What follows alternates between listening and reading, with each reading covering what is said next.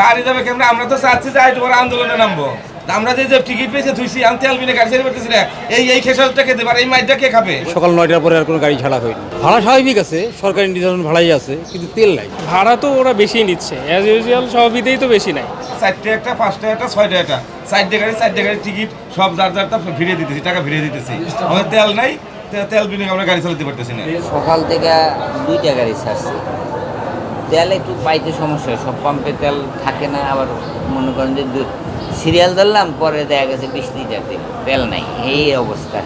হ্যাঁ, আমরা আজকে তো কয়েকটা পাম্পে আপনার এই যে আমাদের গাড়িগুলো আসে তো নবীনগর থেকে, ওদিক থেকে আমরা তেল পাইতে একটু সমস্যাই হয়েছে। তারপরও আমরা কোনো রকম নিয়ে গেছি। হ্যাঁ, তারপরে আসার সময় বাকিটা নিয়ে আসবো আর কি ওদিক থেকে। আমাদের গাড়িগুলো যায় হলো বরিশাল। অগ্রিম টিকিট ছাড়া ছিল? অগ্রিম, হ্যাঁ, 2 গাড়ি পাঠাইছি। আমাদের সকালে 2 গাড়ি ছিল, 2 গাড়ি পাঠাইছি, বাড়তি আর গাড়ি রাখি নেই। অগ্রিম টিকিট ক্যান্সেল হয় না, তাই তো?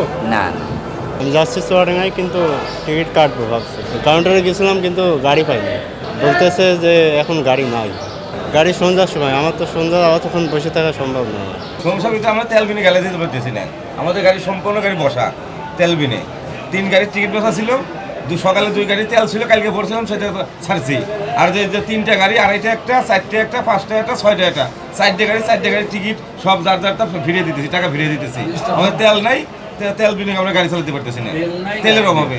আর কোনো পাম্পের আমাদের তেল দিচ্ছে না, কোনো পাম্পের তেল দিচ্ছে না। আজকে মানে আমাদের গাড়ি এইমাত্র গাড়ি পাম্পে লাগাই রয়েছে, গাড়ি আমাদের বাড়ি পাম্পে লাগানো রয়েছে, তেল দিতেছে না।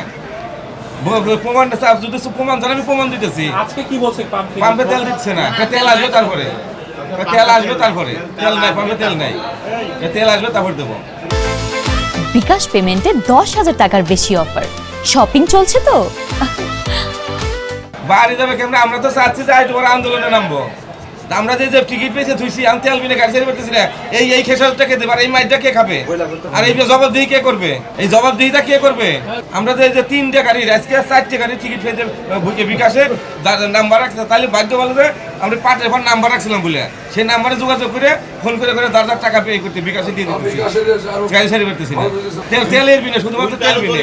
এটা আমাদের কুমারখালী, কুষ্টিয়া, পাংশা, কুষ্টিয়া রোডে আজকে মাত্র 2 ট্রিপ ছাড়ছি। বলতে স্যার কোনো গাড়ি নেই, কুষ্টিয়াতে যাব, এদিকে 1000 টাকা করে দিয়েও তো টিকিট পাওয়া যাচ্ছে। আর বলতেছে বাদ বাকি গাড়িগুলো যাবে না, তেল নাই। মানে নর্মাল সিজনে ছিল তো হচ্ছে আপনার 500 টাকা করে, না ওইখানে তো যে 4 ডে আছে দেখলাম 500 টাকা করে দেয় আছে। 500 টাকা থেকে মনে হয় বেড়ে এক্সটেন্ড হয়ে মনে হয় 150 টাকা বাড়ছে, সেখানে 650 টাকা হতে পারে। তো কিন্তু এইখানে হচ্ছে তো লোকাল মানে এসি নন এসি যে বাসগুলো থাকার কথা ওগুলো তো নাই, বলতেছে তেলের সংকট, গাড়ি নেই।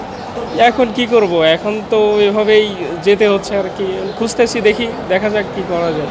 ভাড়া তো ওরা বেশি নিচ্ছে, অ্যাজ ইউজুয়াল সবইতেই তো বেশি নাই।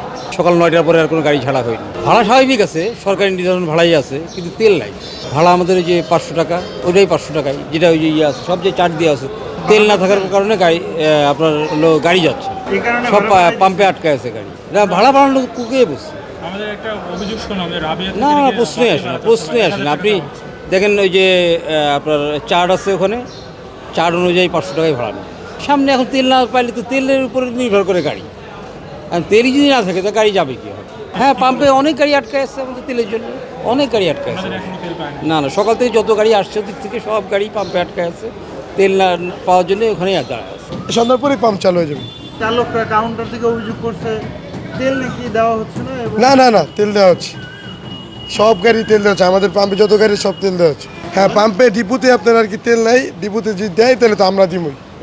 এই যে ধরেন আগে পাইতাম ধরেন 12,000 লিটার, পুরো 1 গাড়ি পাইতাম, ওই জায়গায় হাফ গাড়ি পাইছি, এখন ঠিক হয়ে গেছে।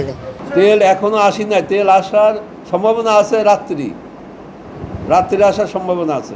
তেল নাই পরশু দিন থেকে তেল নাই।